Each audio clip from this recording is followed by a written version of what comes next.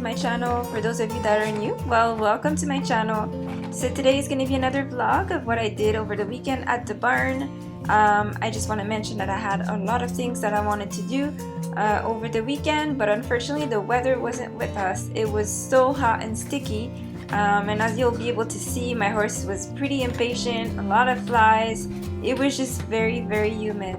So we ended up not doing too much, just obviously the grooming, quick grooming, and also lunging. And after 20 minutes we were both, Hazel and I, pretty sweaty. So yeah, that's why we didn't do much.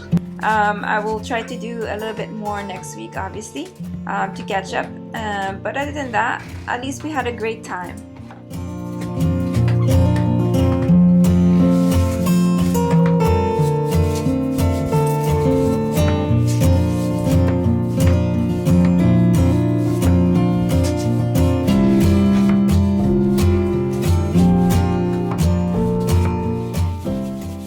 For the grooming, I started by picking up her hoofs and making sure that they're really clean underneath, and I can now confirm that the thrush is completely gone.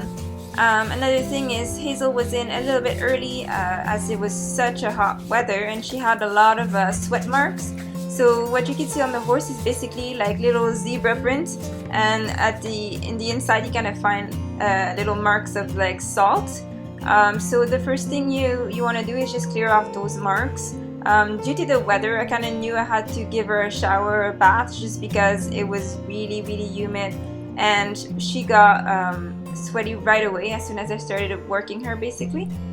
So as you can see, the sweat marks look a bit like zebra print, and they are basically residue from their sweat. So their sweat is really high in sodium or salt, so it just leaves those little imprints in there. So I take a rough, like, you know, a little bit of a coarse bristle brush to just kind of clear it out as much as possible. But definitely a bath is recommended to just kind of clear out the whole skin. You don't really want to leave the sweat on the horse, just as, like, you know, you wouldn't want to not shower after going into the sea just because of the salt, right? It's kind of irritating. So you make sure that you brush them off if it's only a little bit, or that you give them a shower. In this case, like, she had her whole back was sweaty and a little bit on her chest, so I spent a good amount of time trying to brush them out just before the session, so she's nice and comfortable. And then after the session, we went straight to the shower and just rinsed her and hosed her off.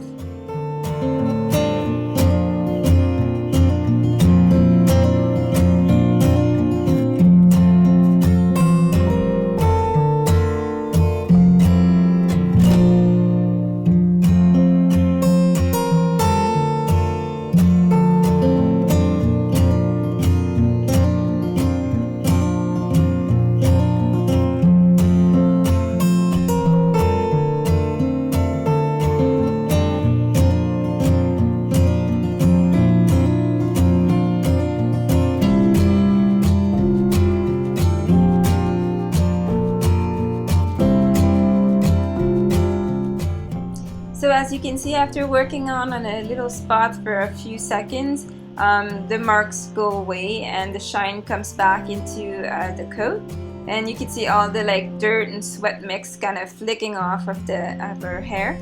But yeah, so that's what you really want to do, is make sure that your horse is comfortable and get this stuff out of the fur as quickly as possible.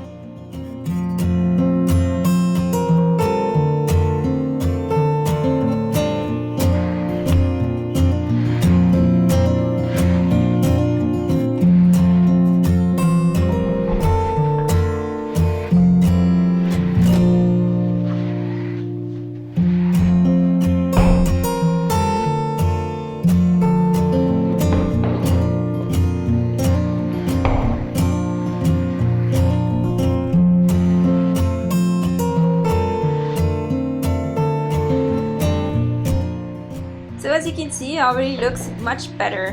Don't worry about the little creases, they will go away with the little shower. So right now it looks pretty good, so I will be ready to pretty much tack her up. I will just untie all of her little braids and make sure that she's going to be ready for the shower. That's going to happen right after the lunging.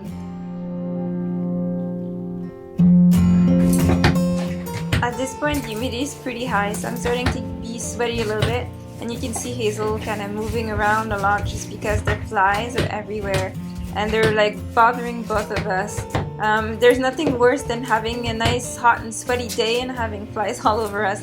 So yeah, Hazel is not really content, but hopefully if I'm quick enough, I can put her to work and she'll be much happier.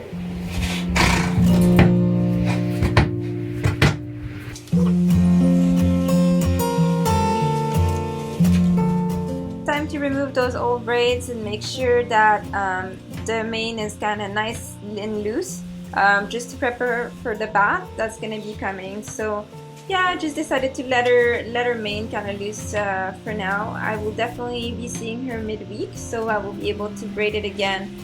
It was just so hot that it wasn't even worth Hazel fussing around while I'm trying to braid them again. So I just let it go for that day.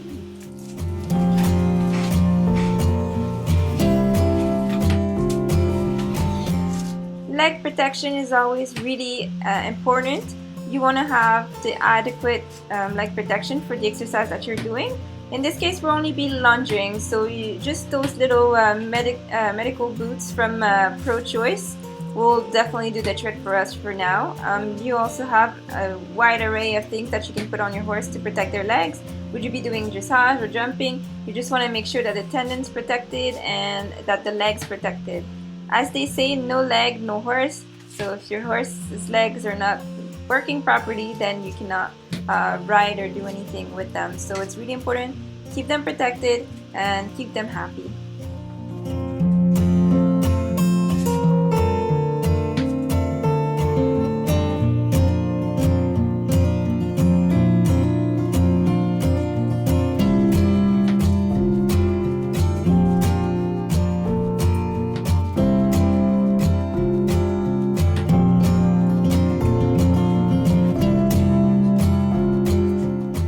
Final step before we're ready to lunge is just to put the bridle on. As you can see, Hazel loves to put her head all the way to the ground as soon as she has the bit in her mouth, which could be a little bit tricky sometimes to get her head back up so I can actually buckle it up. But yeah, she was a good girl. She's starting to kind of calm down already from the flies just by having her boots on. They're not bothering her as much.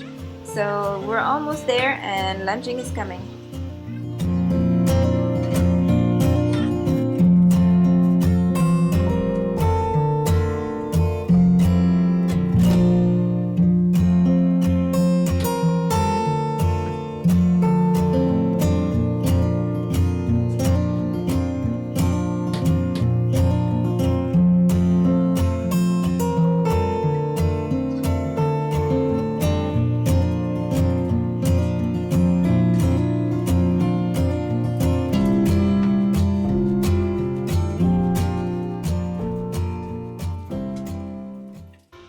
Here we are, finally in the arena, so we're ready to lunge. It's pretty shaded in there, so it's actually not that hot, which is great for us. I'm just grabbing a whip here in the back and we'll be ready to lunge. My main goals for today is just basically to put her into shape a bit, just let her run and test out the chiropractic adjustment. So she's gonna be trotting a bit more and cantering a bit more in this time around, just to test and see if the leg is doing better. And then you guys will see, we'll be able to see if she is actually doing a little bit better with that leg in the back there.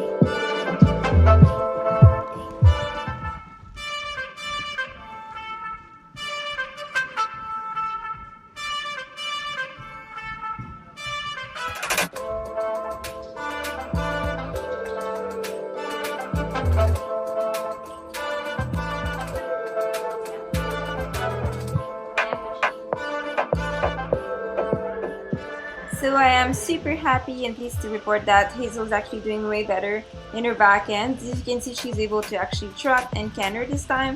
So that's really wonderful. She's not tripping as much on her back legs. We did have a few kind of tripping incidents, if you will, where she's not positioning herself properly and not balancing herself properly.